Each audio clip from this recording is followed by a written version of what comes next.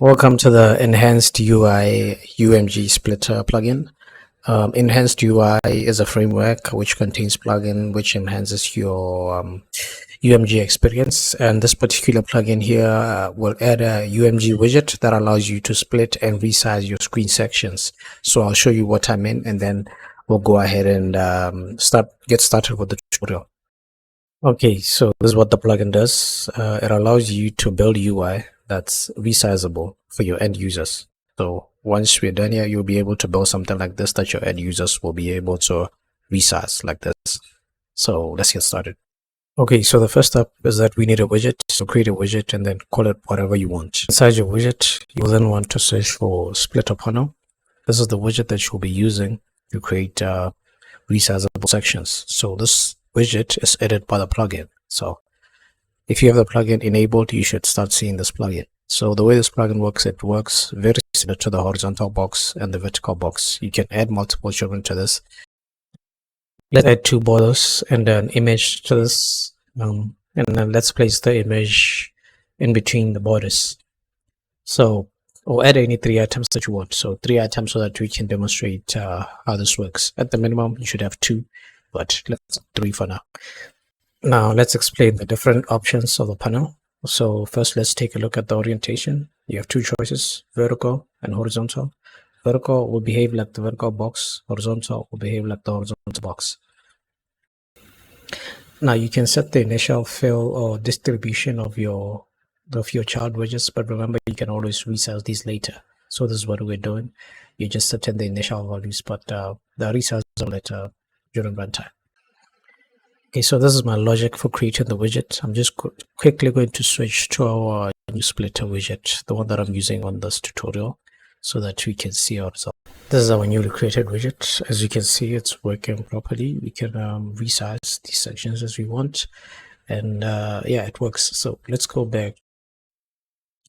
So for the second option, the resize mode, as you can see by default, it's on fixed position, and this is how the resizing behaves. Okay.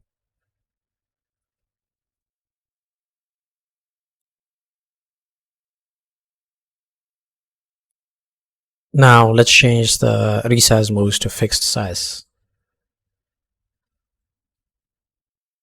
As you can see, the behavior is a bit different, so you can choose the different resize modes if you want. Another option I want to show you is the handle size, right, which are these handles in between. You can set this to if you feel that the handles are too small, you can make them a larger size, and then so I've changed this to 25 and 25, and if we do this, you can see that now they are much larger and much more visible, right? The next thing we might want to cover is the brush, which is the styling. So maybe let's say you don't like that the splitter is using these black borders to separate. You can just change the color if you want to something different like that. Make sure that it's transparent and it will reflect here.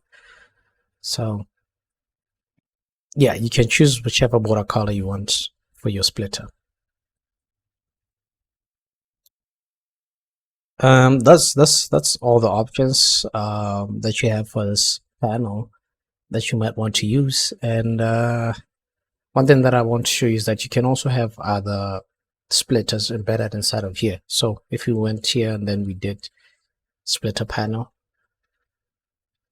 so the splitter panel is a child of this one, right?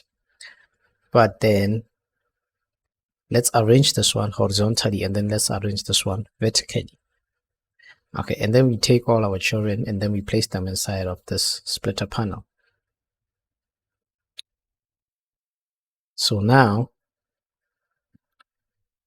the splitter panel is one child. So let's add another child just so that it's visible. Okay, so you can see this is the first child, which is the first splitter, and then the second child is spacer. Just so that we can demonstrate that we can have sections to the right. So for our first splitter, let's set the fill to maybe 0.2 so that it's on the left, right? And if you come over here and then press play, you can see that we have this, right?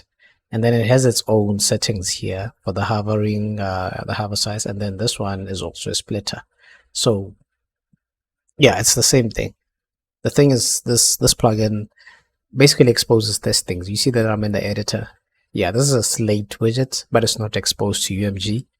But what we are doing here is you're exposing it to UMG so that you can also create something like this from your own games or from your own application. I think it'll be more useful in an application where you are building something like this rather than a screen where you're overlaying widgets.